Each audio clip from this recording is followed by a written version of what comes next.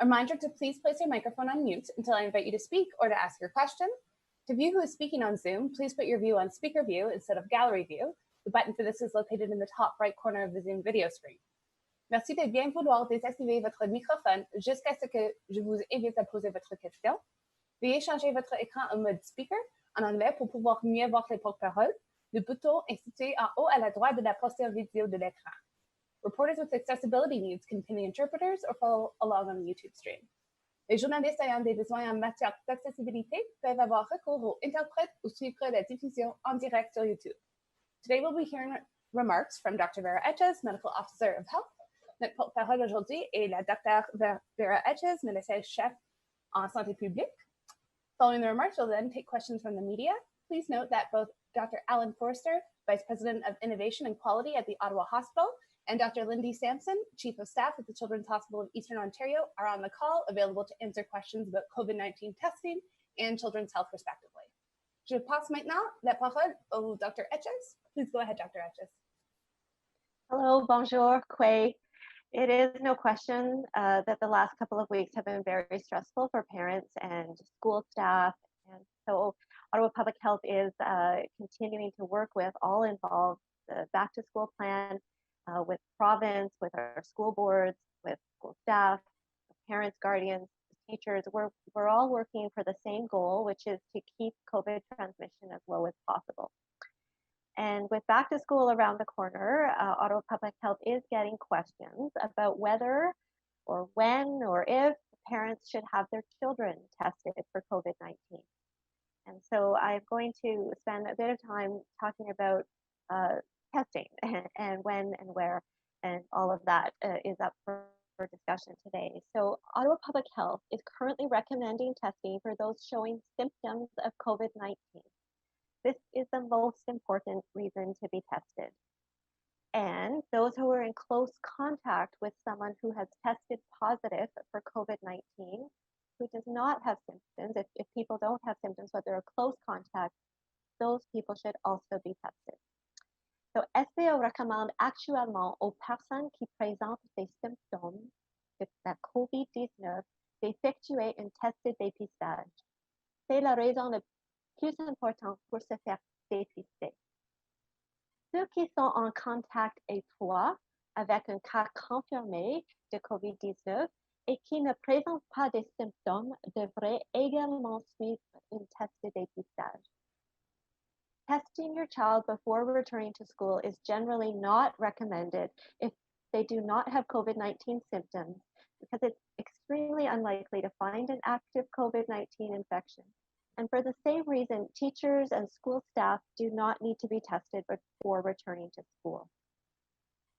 Un test de dépistage avant de retourner à l'école n'est généralement pas recommandé pour votre enfant s'il ne présente pas de symptômes de la COVID-19, car il est extrêmement improbable de trouver une infection active à la COVID-19. Et pour la même raison, les enseignants et le personnel scolaire n'ont pas besoin de suivre un test de dépistage avant de retourner à l'école. Testing only provides information about one point in time. And additionally, a negative test is not a guarantee that one doesn't have COVID-19, because a person will likely test negative even in the first few days after an exposure to COVID-19. So if someone in a school setting tests positive for COVID-19 and your child is a close contact, an Ottawa Public Health case manager will contact you directly to let you know and to advise you to access COVID-19 testing at the appropriate time. Otherwise, the only reason to have your child or yourself tested is if they're showing symptoms consistent with COVID-19. And a full list of symptoms can be found on our website. If after reviewing the symptoms on our website, and you're still not sure if these symptoms are because of COVID-19 or an underlying health reason such as allergies, you should speak to a healthcare provider such as a family doctor who can help you decide if and when a test should be done. However, a doctor's note is not required before getting a test, And please be aware that doctors and healthcare providers cannot write you a note that says a child does not have COVID-19. Cependant, une note de médecin n'est pas requise avant de suivre un test de dépistage. Et sachez qu'un médecin ou un professionnel de la santé ne peut pas écrire une note indiquant qu'un enfant n'a pas la COVID-19. If someone from a school setting tests positive for COVID-19 and your child is not considered a close contact, you do not need to have your child tested or keep them home. So what we all need to do, all of us, is continue to practice the daily screening of children and youth before they go to school, and all of us monitor ourselves for symptoms. So Ottawa Public Health is currently working with the province to develop a screening tool to help children and parents screen their children on a daily basis. We expect to have that on our website as well before the start of the school year. For staff, again, we want as active daily screening as possible. There is a health screening questionnaire on our website. Anyone who tests positive for COVID-19 must self-isolate at home until either the individual has completed 14 days of isolation from when their symptoms began or from when they received a positive test result if they never had any symptoms of COVID-19. And if the individual has not had a fever for 72 hours, and if the individual's symptoms have been improving for at least the last 72 hours. So if the symptoms go on past the 14 days, that's when we need to look at a longer period of self-isolation and resolving symptoms. A doctor's note, again, is not required before returning to work or school, even after testing for COVID-19, testing positive, and you don't need a repeat COVID-19 test. Une note de médecin n'est pas requise avant de retourner au travail ou à l'école après un test positif pour COVID-19. Un autre test de dépistage n'est pas requis non plus. This is a lot of information to take in, and I'm sure there are other questions that people have about schools and COVID-19. And so I'm happy to share that today, Ottawa Public Health has launched a new webpage that includes information and resources for parents. This webpage will be regularly updated. Plans are still evolving, and it will be found at ottawapublichealth.ca/schools COVID-19. And en français, c'est santépubliqueottawa.ca/COVID-19 école. So the webpage includes school reopening plans, health promotion, disease prevention measures, mental health, wellness support, partner resources, and many more. We know there's still guidance coming from the province about further aspects of schools and COVID as well. So I encourage parents to check this webpage regularly for the latest information to support your family with the back to school process. And lastly, before I wrap up, I want to thank my colleagues, Dr. Alan Forster with the Ottawa Hospital and Dr. Lindy Sampson with the CHIO, who are joining me today. This entire COVID-19 response has been a collaborative effort across the healthcare system and beyond, including the testing strategy and how to access testing. So it's the Champlain COVID-19 Response Committee, which includes Ottawa Public Health and hospitals, that's continuing to work together to implement the Ontario Ministries of Health policies on testing, the priorities and process, and we're implementing across Ottawa. So thank you. Look forward to your questions. Merci, Miglet. Thank you, Dr. Etchen. In the interest of time, I will quickly read through the list of media who have registered. No need to indicate if you are present. However, if I missed your outlet, please speak up after I am through the list. Pour gagner du temps, je vais lire la liste des médias qui se sont inscrits aujourd'hui. Vous n'avez pas besoin d'indiquer si vous êtes présent, sauf si je n'ai pas nommé votre agence. 3010 News, CBC News, CTV Ottawa, Le Droit, On the City from the Burbs blog, Ottawa Citizen, Ottawa Sun, Radio-Canada, and Rogers TV. Have I missed an agency? Est-ce que j'ai manqué quelqu'un? I will now invite each agency in alphabetical order to ask their question. Please remember you have one question and one follow-up. Nous allons maintenant répondre aux questions des médias en ordre alphabétique. Chacun pourra poser une question et une question de suivi. We'll now start with 1310 News. Please go ahead, Chris.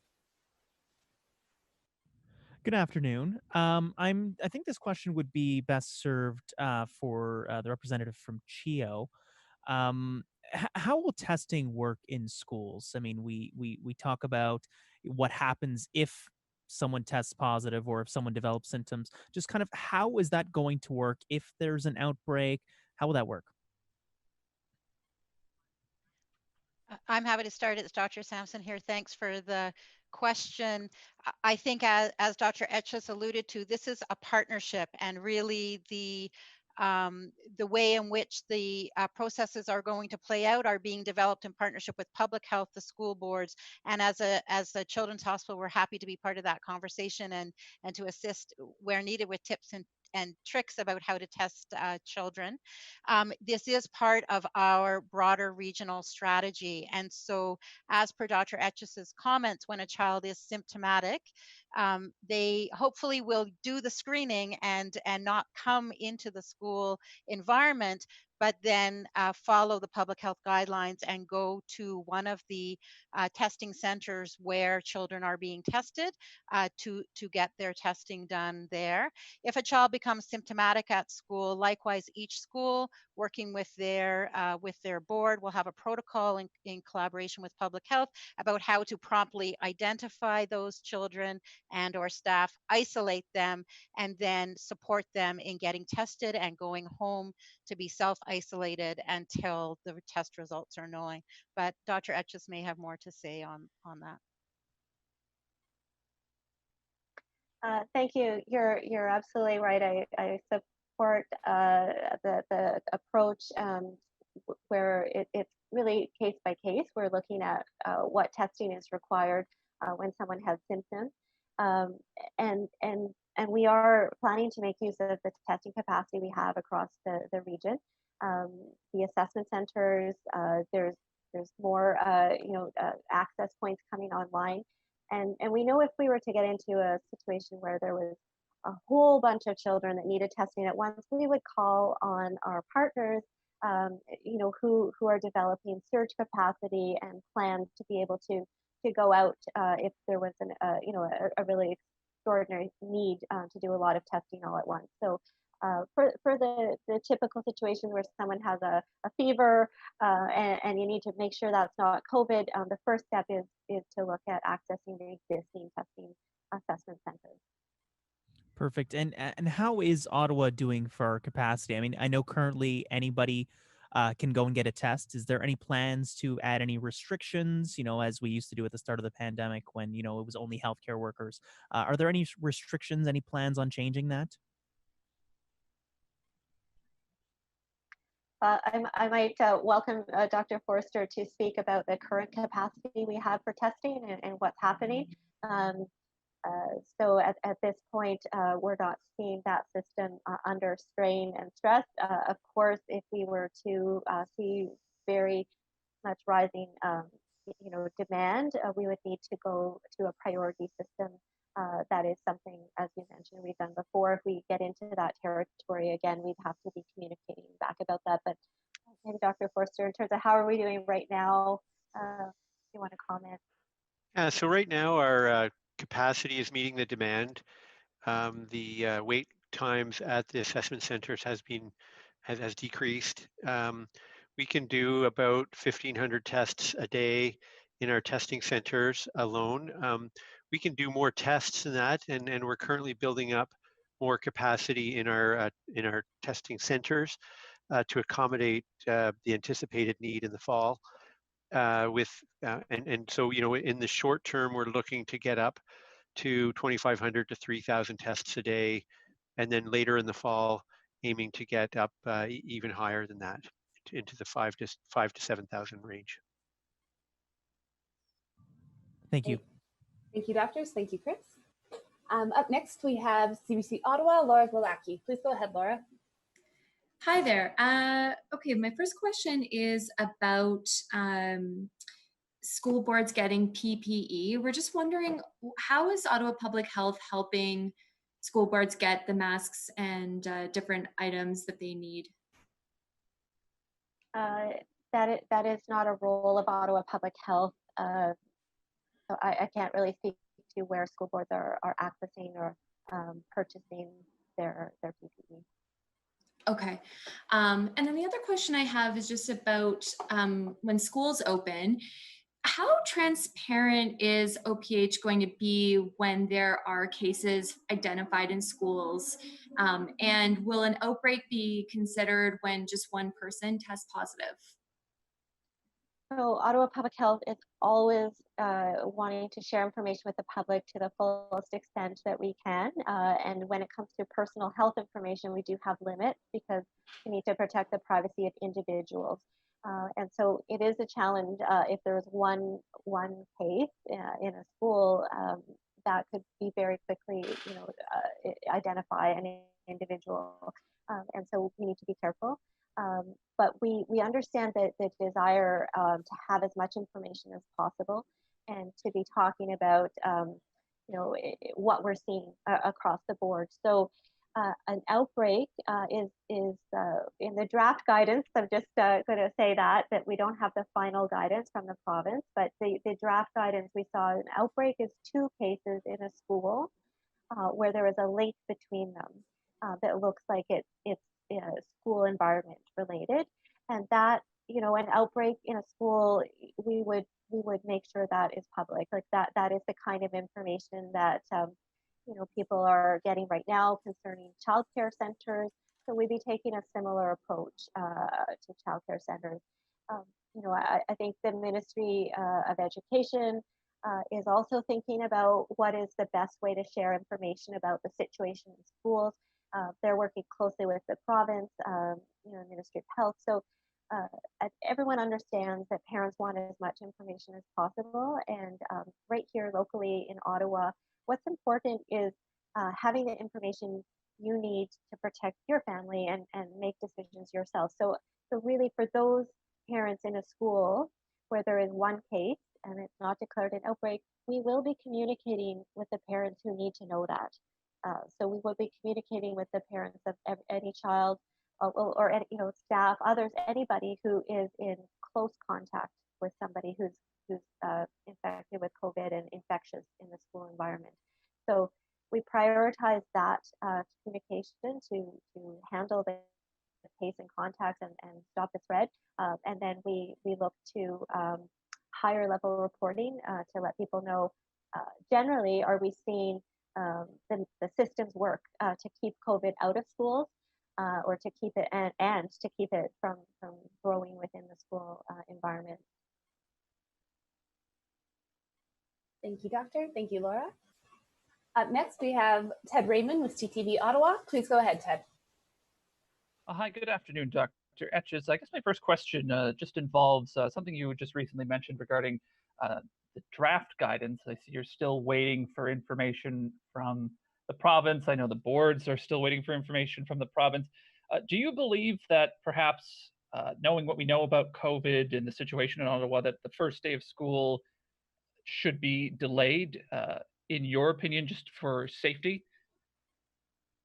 Knowing what we know about COVID, we have the mechanisms to be advising schools, right now, and schools that are opening, have a point person, a public health nurse to turn to if they have questions about infection prevention control in the school environment. We know how to do case and contact tracing, so we would, we can implement that today if needed. It's not holding us up, in terms of making sure that schools have the best advice from public health units. Okay, thank you for that. And my second question, I guess, is for Dr. Forster, just regarding getting up to what you said, this planned 5,000 to 7,000 tests a day range. Can you walk us through a little bit about how you're going to do that? Right. So I would say, there's a front end piece which we use to collect specimens and then a back end piece, which is where the specimens are analyzed in the lab. And both have to happen in parallel. With respect to the back end, which is really kind of where there's a lot of action right now in acquiring equipment that would be used, making sure that we have the connectivity of that equipment, making sure we have the trained staff to use the equipment, and that will really help us ramp up the ability to analyze the number of samples we anticipate will be coming through.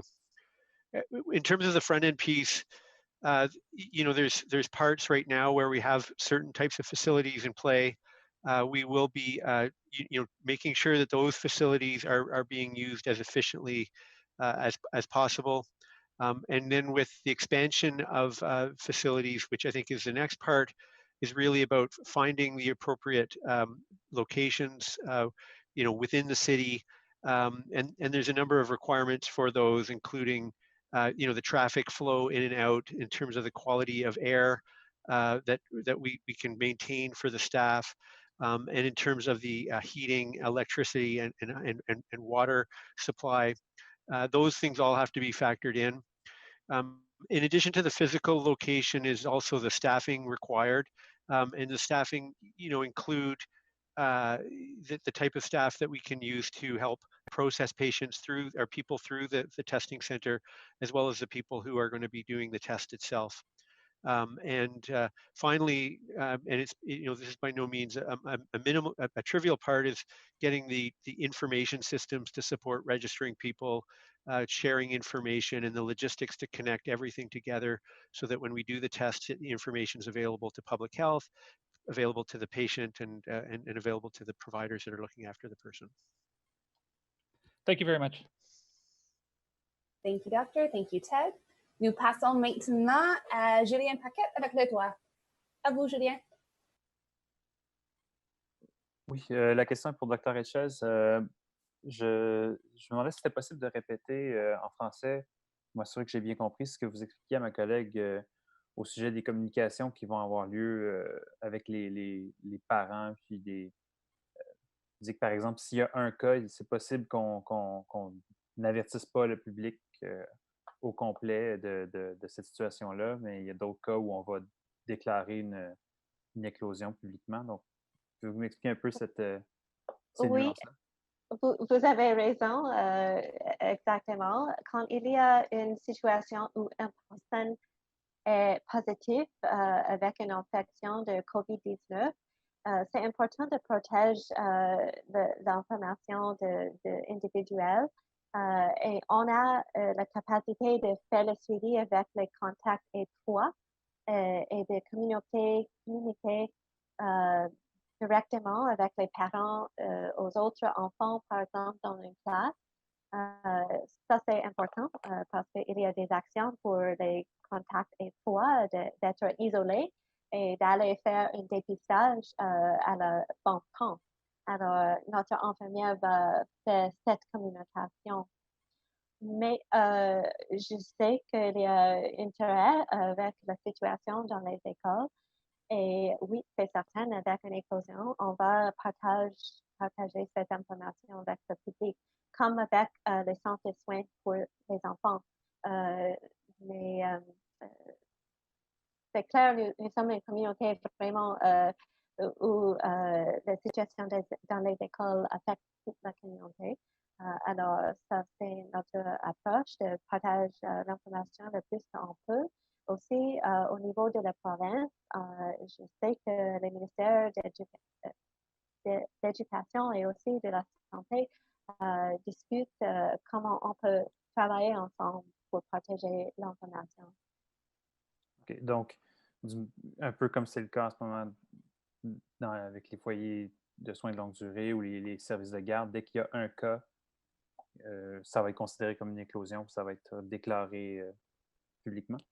Non. Okay. Oui, OK, je comprends la question. La définition d'une éclosion est différente. C'est vrai, un cas dans la situation des écoles n'est pas une éclosion pour l'école. C'est une situation où on a besoin de faire une investigation déterminer s'il y a d'autres cas ou si le cas devient peut-être une exposition dans la famille ou dehors l'école. Mais quand il y a information qu'il y a 2 cas dans une école avec un lien et un risque dans l'environnement, ça c'est une éclosion. Mais la comparaison avec les centres de soins des enfants, c'est qu'on partage l'information quand il y a une éclosion, on dit que c'est une éclosion. Et ça va être le même avec les écoles. Merci beaucoup. Merci, Juliette. Up next, we have On the City from the Burbs blog. Please go ahead, Susan.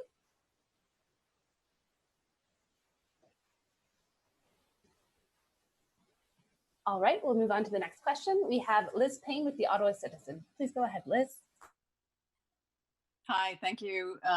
This is a question for Dr. Etches. I think you might have answered some of this in French, but I'm going to go over it again.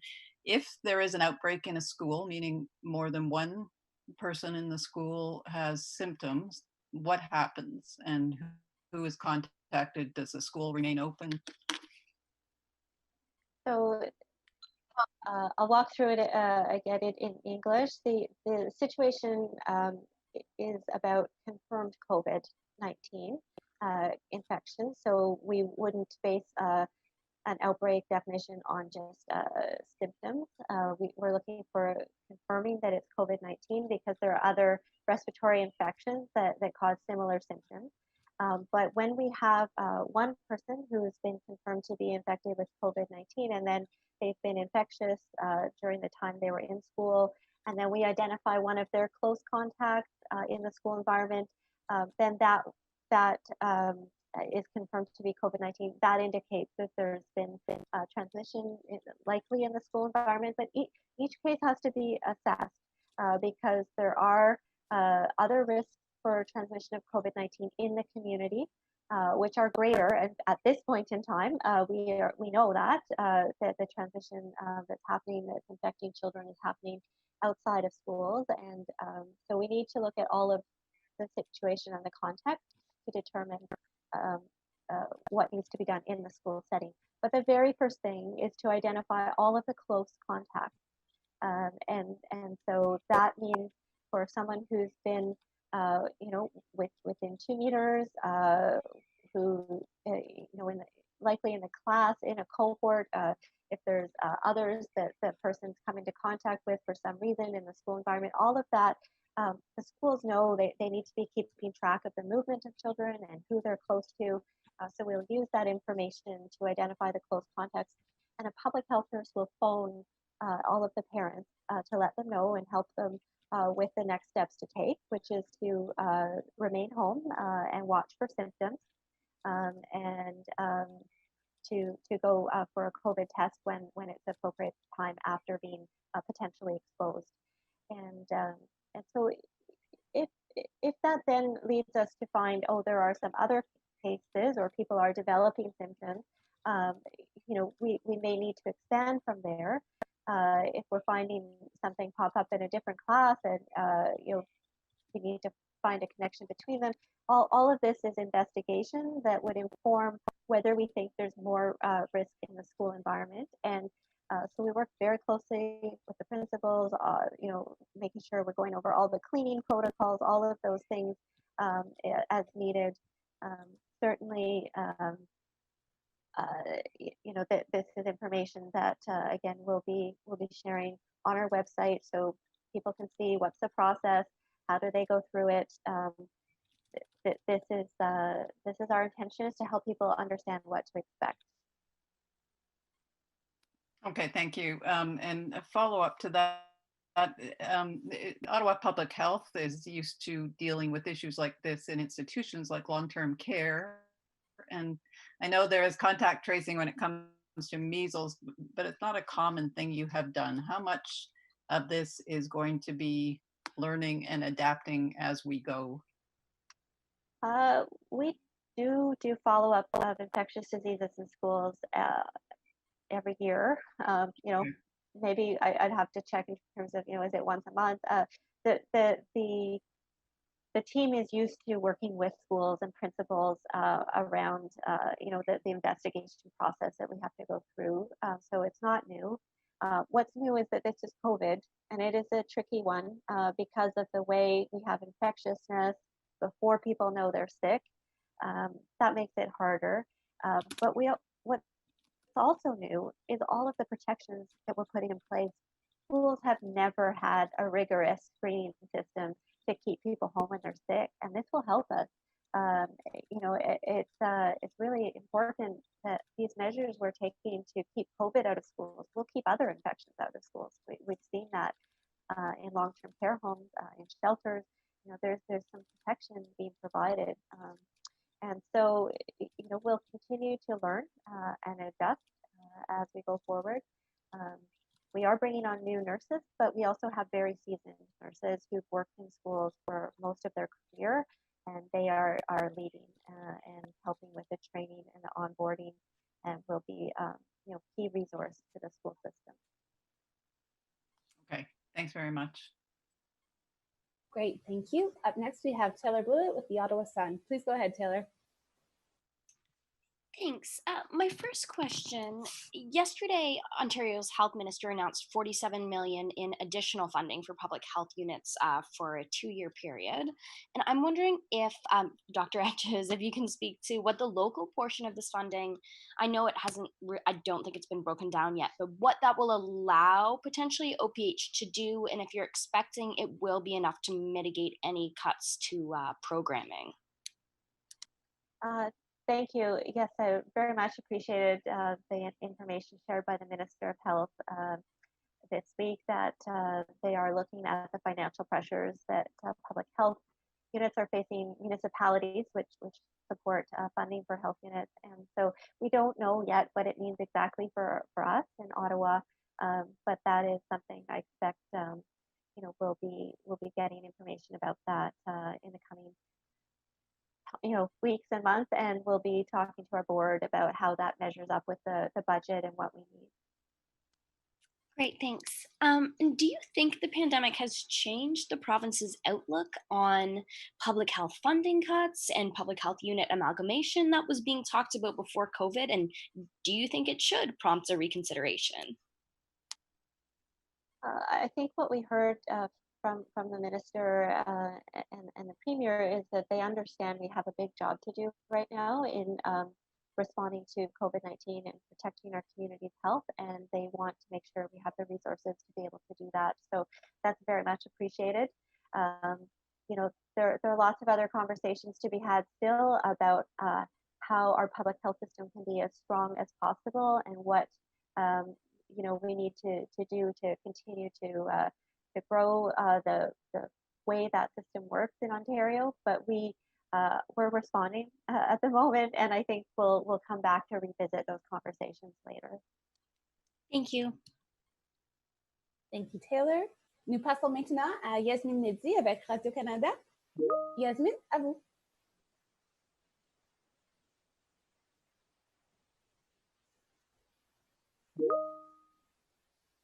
Bonjour, Yasmine. All right. Yasmine, si vous êtes là, vous pouvez nous envoyer toutes questions et on va donner des réponses. That's all the time we have for today. Ceci conclut le point de presse d'aujourd'hui. Thank you for your time. Merci. Goodbye. Thank you.